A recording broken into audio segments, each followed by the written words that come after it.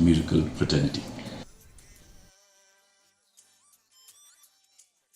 Ukol sangma ula keno bakadon ke jingede ke bejeliu hapadeng ki riu san perthei bat ki he sorkar hakabiade bat ke jingti Dewiong Be-Aiñ ha Meghalaya habia kren bat ki lat pathai khubor uni unong yalam ka All India Trinamool Congress ula khot ya ke jing toket ke babnya nalor ke jing penjari an ke badang ya chakman u Dr. Sangma ula bu jingkeli balai ki pulit ke jela kim laban lap ya ke jingti Dewiong Be-Aiñ haba ke Enforcement Directorate ke laban wat ya ki sakhi sabut da ka bapen pau ya ka jing sngo khia halor ka jing bom shim khia jong ka bor senshar ula Kynthoh ru ya ka Jingkyntait jong ka sorkar ya ki kamti Dewiong Be-Aiñ bat ula pen pau ya ka jing sngo khia halor ki ejhar ki bom shim la pen bet bala ujor da ki seng ba pher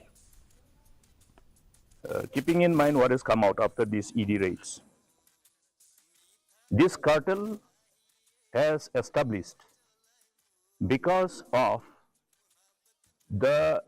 deep-rooted nexus of bureaucrats and politicians, the political executive and the bureaucracy. Therefore, the investigation must be directed towards that end to protect the interests of the state and protect the interests of the people. Many of these affairs, rather than the authorities going, after the alleged, rather the accused, what have they done?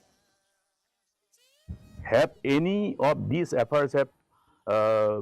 shown any end result in terms of a charge sitting?